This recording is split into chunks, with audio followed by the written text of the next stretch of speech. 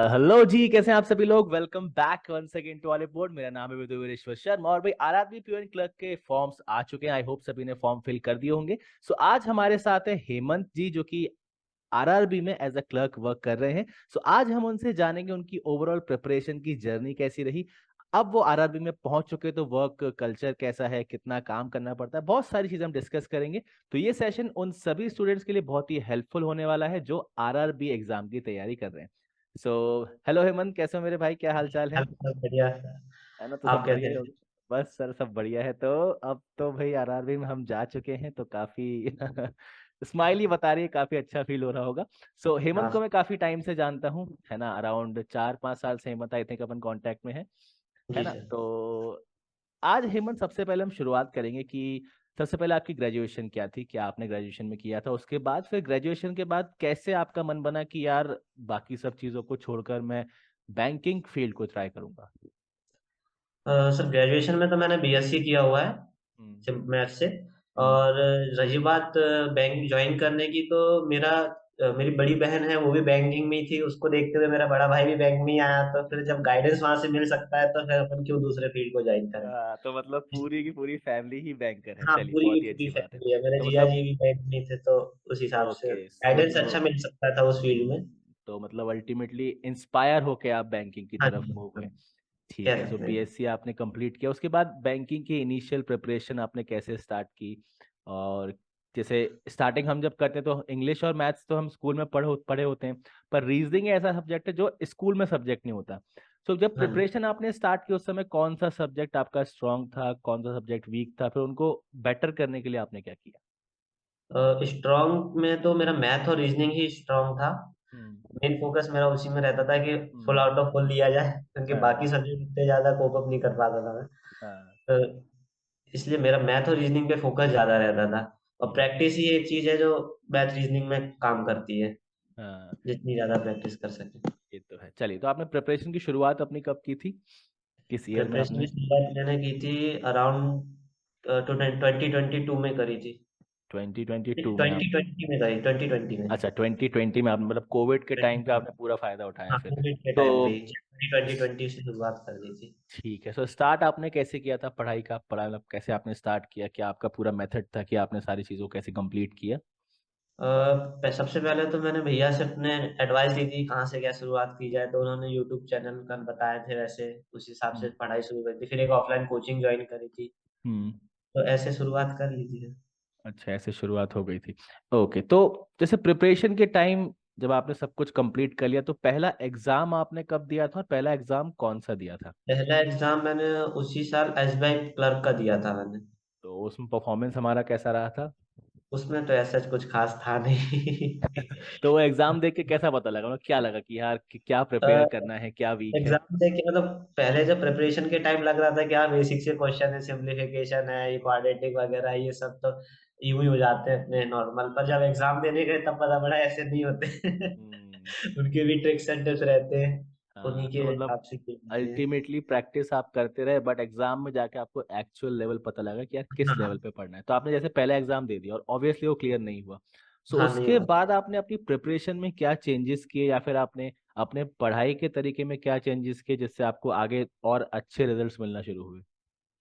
छोटे छोटे टॉपिक्स जो अपने जैसे सिंपलीफिकेशन रहता है, तो उसके लिए कुछ सम्स रहते हैं, मल्टीप्लिकेशंस के हैं, स्क्वायर क्यूब रूट, ये सब को ऐसे मतलब ओवरऑल याद ही सही कर लिया था मैंने, कि अच्छा। देखते से ही समझ में आ जाता है हाँ इसका इंटू ये है तो यही है इसका, ऐसे चीजें। और अल्फाबेट्स है, उनके काउंटिंग्स होते हैं, जो ए फॉर प्लेस ए का वैल्यूज एंड 1 ऑल। होता है, बी का 2 होता है, ऐसे वो सब ओरली याद हो गया था। ठीक तो है, वो तो चीज बहुत हेल्प करती है। जैसा आपने स्टार्टिंग में बोला कि मैथ्स रीजनिंग आपका स्ट्रांग था, है ना, हाँ तो इसका मतलब क्या हुआ, इंग्लिश और जी आपका वीक था, हाँ है जी। ना? तो इंग्लिश और जियो को आपने बेटर कैसे किया, क्या आपकी स्ट्रेटेजी थी, कैसा कैसा आपने एक मेथड अपनाए थे उनको पढ़ने का, और कैसे फिर आप अल्टीमेटली, क्योंकि एग्जाम में आपका सिलेक्शन हो चुका है ना, इसका मतलब आपने काफी अच्छे से उनको पढ़ लिया था। सो क्या आपका पूरी स्ट्रैटेजी रही थी इंग्लिश और जनरल अवेयरनेस को बेटर करने के लिए? इंग्लिश के लिए तो सर मैंने एडिटोरियल होता है, उसी को रीड किया था। उसके अलावा ऐसा कुछ नहीं किया था, बाकी अपनी ग्रामर वगैरह के वीडियोस देख लिए थे। हम्म। बाकी और कुछ नहीं किया था, एडिटोरियल के अलावा तो कुछ नहीं तो किया आप था। एडिटोरियल कौन सा पढ़ते थे और क्या फ्रीक्वेंसी थी आप? द हम्म। हिंदू का पढ़ता था सर, यूट्यूब से पढ़ लेता था। अच्छा, मतलब डेली बेसिस पर आप यूट्यूब वीडियोस से उनको देख लेते थे। ओके, ठीक है, सही बात है। और जनरल अवेयरनेस के लिए क्या किया था आपने?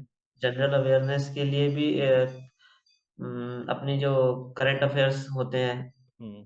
उसके मेन फोकस उसी पे रखता था कि करंट अफेयर्स ज़्यादा से ज़्यादा कवर हो पाए। और इसमें तो कंप्यूटर भी आता है, मेंस हम्म। में तो कंप्यूटर सेक्शन पे भी ध्यान दिया था, उसमें वीडियोस वगैरह देख के। अब जैसे करंट अफेयर्स की बात आती है, काफी स्टूडेंट्स का सवाल आता है कि सर, करंट अफेयर्स तो सागर है ना, बहुत सारा पढ़ना है और एक बार पढ़ के याद नहीं रहता। तो आपने उन चीजों को याद कैसे रखा ताकि एग्जाम में भी आप सारे क्वेश्चंस के आंसर्स मार्क कर पाए अच्छे से? मतलब डेली का करंट पढ़ा, हम्म। देन अगले दिन दूसरे दिन का पढ़ा, पिछले दिन का रिवाइज किया, फिर अच्छा। वीकेंड पे दोबारा से पूरे वीक का रिवाइज किया, अच्छा, तो फिर मंथ एंड पे एक बार और रिवाइज किया। तो हम्म। ऐसे मतलब 3 से 4 बार रिवाइज हो जाता है, मतलब मंथ एंड तक आते-आते तक।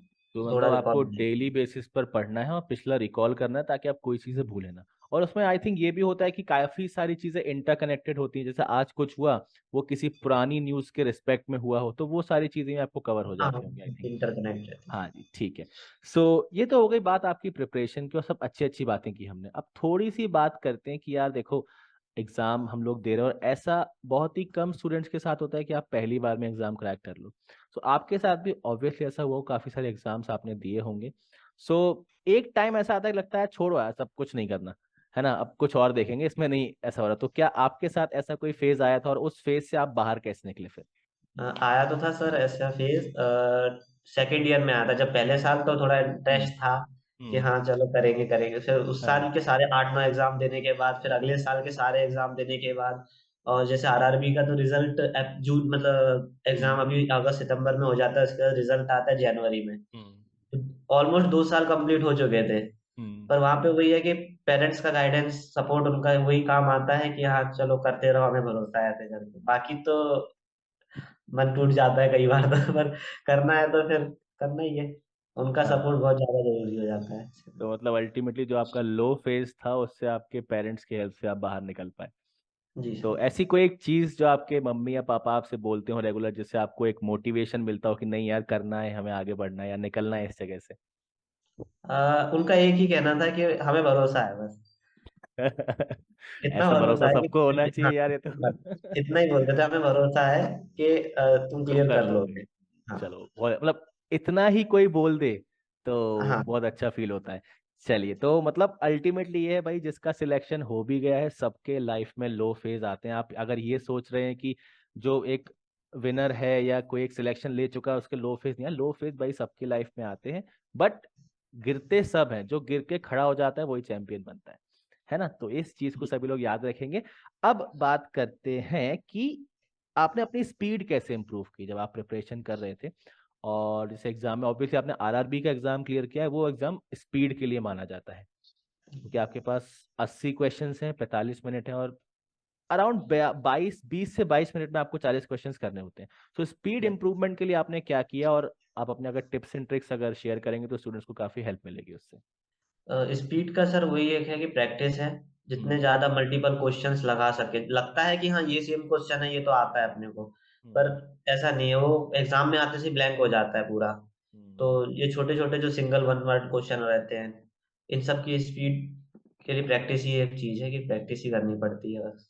तो मीन्स ये चीज है कि भले क्वेश्चन सिंपल हो, भले आपको आता है, स्टिल आपको डेली प्रैक्टिस करनी ही करनी है ना। ये नहीं सोचना कि ये मुझे आता है मैं इसको स्किप कर दूं, आप कोई चीज स्किप नहीं कर सकते, स्किप है नहीं ना। कर सकते। चलिए, ये बात होगी सिंपल क्वेश्चंस की। अब मेंस की अगर बात करें, तो मेंस में कई स्टूडेंट्स के साथ इश्यू आता है कि पजल नहीं सॉल्व होते या बहुत टाइम लगता है सॉल्व करने में, डीआई समझ में ही नहीं आता। तो आपने उन चीज़ों को कैसे पढ़ा, क्या आपकी स्ट्रैटेजी थी, आप कितने क्वेश्चंस मेंस के करते थे, या मेंस की प्रिपरेशन आपने कब शुरू की, प्रीलिम्स के साथ ही था या आप प्रीलिम्स के बाद में मेंस किया, कैसा आपका पूरा स्ट्रक्चर था मेंस की प्रिपरेशन का? मेंस के लिए तो सर प्रीलिम्स के साथ ही शुरुआत कर देनी बेटर रहता है, क्योंकि आफ्टर एग्जाम की हाँ प्रीलिम्स क्लियर हो जाए फिर हम मेंस की तैयारी करें तो वो हम्म। पॉसिबल नहीं होता है। हम्म। क्योंकि ऐसे ऐसे क्वेश्चंस होते हैं, विद इन 1 मंथ आप सिर्फ उसमें मॉक लगा सकते हैं, इससे ज्यादा प्रिपरेशन के लिए तो नहीं टाइम रहता है। तो ओके। साथ में ही प्रीलिम्स के साथ में ही तैयारी करी थी मैंने। और हम्म। प्रीलिम्स के एग्जाम से 1 वीक 2 वीक पहले छोड़ दिया था। हम्म। आफ्टर प्रीलिम्स फिर शुरू कर दिया था मॉक लगाना। अच्छा, और प्रैक्टिस आप कहाँ से करते थे, कैसे करते थे पजल्स और डीआई की? प्रैक्टिस के लिए मैंने तो ऑले बोर्ड का ही मॉक लिया था पहले साल तो अच्छा। उससे बहुत अच्छी प्रैक्टिस हो जाती है, मेंस के लिए खासकर। ओके, तो मेंस के लिए आप डेफिनेटली हॉलीवुड के मॉक्स को रेकमेंड कर सकते हैं। हाँ जी सर। चलिए, तो बहुत ही अच्छी बात है। अब स्टडी जैसे आप बता ही चुके हैं, आपने ऑफलाइन सेंटर से और यूट्यूब से अपनी स्टडीज की थी। मेंस के प्रिपरेशन की भी बात हो गई। अब जैसे आरआरबी का आपने एग्जाम दिया, तो इससे पहले आपने इंटरव्यू के लिए कुछ प्रिपेयर किया था कभी, या ऐसा कुछ मौका पड़ा ही नहीं? इंटरव्यू का तो अभी तक कुछ पढ़ाई नहीं। चलिए, ठीक है, ओके। तो ये सारी बातें हो गई पढ़ाई तक की। अब बात करते हैं सिलेक्शन की। सो आरआरबी क्लर्क आपने क्लियर किया, किस ईयर में क्लियर किया आपने? शायद 2022 में क्लियर किया है ना? हाँ जी, 22 में हाँ। किया था। सो प्री एग्जाम से लेके मेंस एग्जाम आप गए, मेंस के बाद आप फाइनल सिलेक्शन में गए, तो क्या क्या स्टेजेस होती हैं और कैसे कैसे हम एक आगे प्रोसीड करते हैं प्री से लेके आपकी ज्वाइनिंग तक? प्री के बाद सर मेंस, मतलब मैं समझ नहीं हाँ, पाया कैसे। नहीं जैसे मेंस। आपने आपने प्री एग्जाम दिया, फिर हाँ आपने जी। मेंस दिया, मेंस क्लियर करने के बाद क्या होता है ज्वाइनिंग मिलने तक, पूरा स्टेप हम जानना चाहते हैं। अच्छा, मेंस क्लियर होने के बाद ईमेल वगैरह पे अपने रिजल्ट के बाद एक 1 जनवरी को आया था रिजल्ट मेरा। हम्म। 2022 1 जनवरी को, तो उसके बाद मेल आता है। मेल में अपने डॉक्यूमेंटेशन क्या क्या लगना है, पुलिस वेरिफिकेशन है, हम्म। और एक बॉन्ड भराया जाता है। वो बॉन्ड है 75,000 के अराउंड बॉन्ड था वो। ओके। तो वो सब, हाँ वो सब चीजें मतलब ईमेल पे आ जाती हैं अपने। हम्म। बाकी उसके बाद जैसे मैं मध्य प्रदेश ग्रामीण बैंक में हूँ, तो हमारा हेड ऑफिस इंदौर में है। ओके। वो हाँ, तो फैब में डॉक्यूमेंट वेरिफिकेशन हुआ था इंदौर में। ओके। मेडिकल वगैरह, मेडिकल होता है। उसके बाद फिर दोबारा से मेल के थ्रू ही कांटेक्ट होता है कि आपको कौन से रीजन मिला हुआ है। तो डॉक्यूमेंट्स आपके कौन से होते हैं? और जो मेडिकल टेस्ट की आपने बात की, तो किस हम्म। किस टेस्ट को हमें वहाँ पर खुद कंडक्ट करना होता है, या जो आपके हेड ऑफिस वाले हैं वही वहाँ पर सेंटर पर कंडक्ट करवाते हैं, एक बार बताइए। सर डॉक्यूमेंटेशन की बात है तो अपने मैट्रिक और ये 10 12 की मार्कशीट है, अपने हम्म। भी जो अपना ग्रेजुएशन किया हुआ है ग्रेजुएशन की उसका मार्कशीट, हाँ। डॉक्यूमेंट है, ओके। डिग्री है, और कास्ट सर्टिफिकेट है। बाकी ये जो नॉर्मल डॉक्यूमेंट्स रहते हैं वही रहता है। पुलिस वेरिफिकेशन मेन रहता है। और हम्म। जो बॉन्ड बनाया जाता है एक, वो हम्म। बॉन्ड मेन रहता है कि अगर आप विद इन प्रोबेशन पीरियड छोड़ते हो तो वो आपको बॉन्ड अमाउंट भरना पड़ेगा ऐसा। और प्रोबेशन पीरियड हमारा कितना रहता है यहाँ पर? मेडिकल के लिए 1 साल रहता है।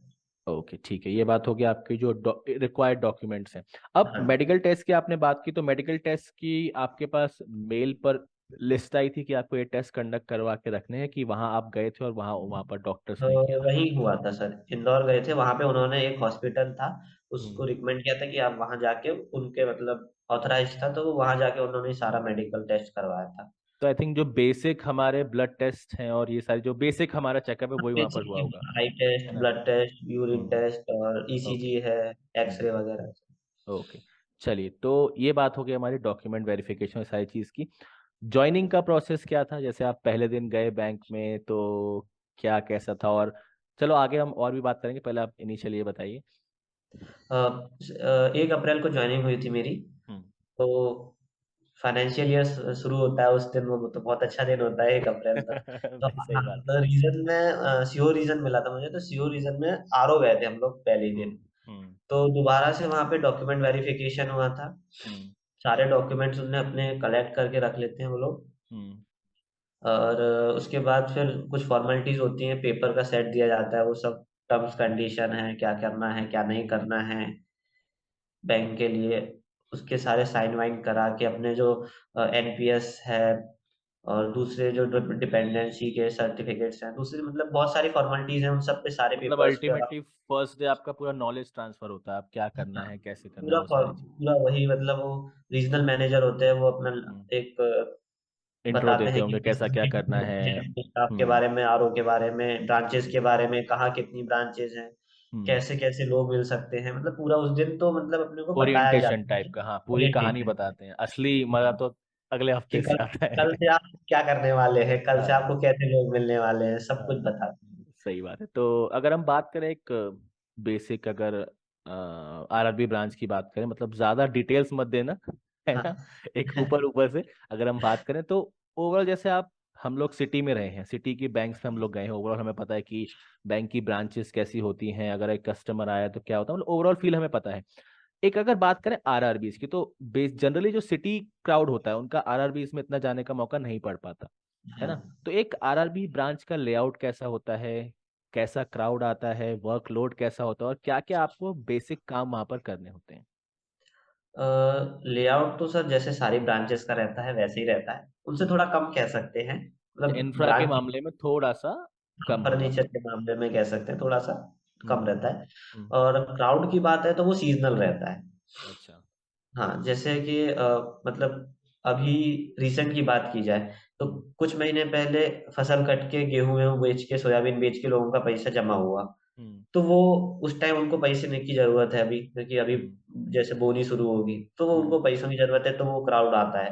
हम्म। अभी बोनी शुरू हो गई है तो अभी कोई क्राउड नहीं है।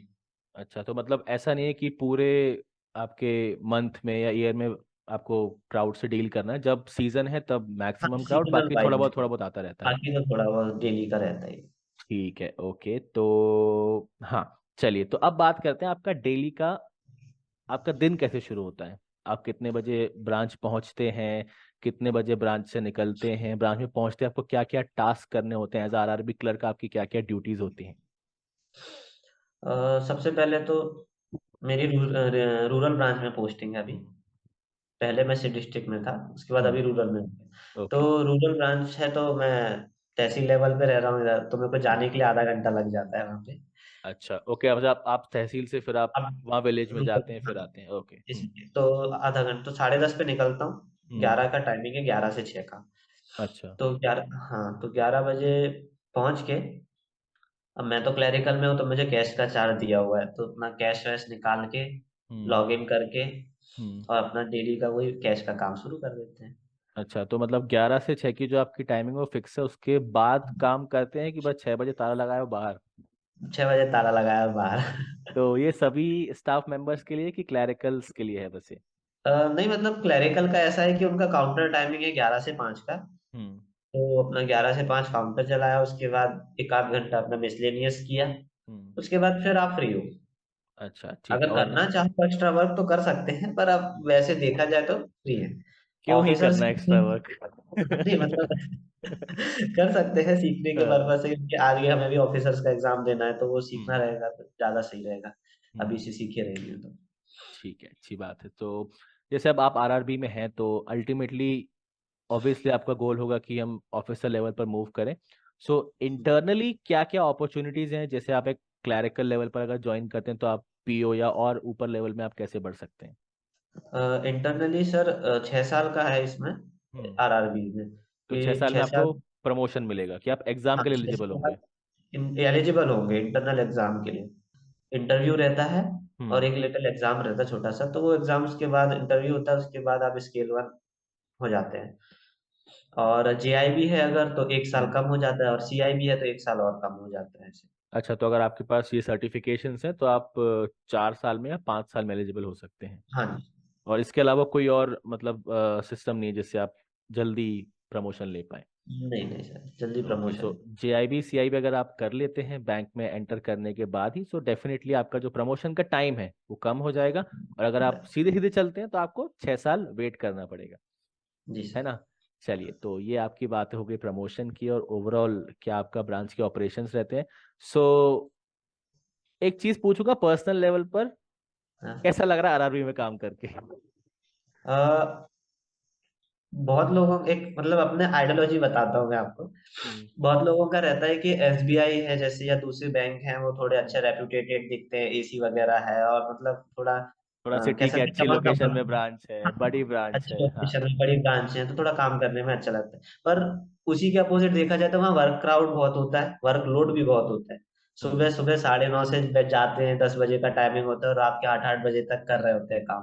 हम्म। उसके कंपैरिजन में देखा जाए तो आरआरबी बहुत अच्छा है, क्योंकि मतलब अपने को वर्कलोड इतना ज्यादा भी हाँ। नहीं है। हम्म। और वैसे तो बैंक में सब वर्कलोड रहता है, पर हम्म। टाइमिंग्स का ऐसा कुछ इशू नहीं है, ऊपर से टारगेट्स वगैरह उतने ज्यादा नहीं आते अपने पास। हम्म।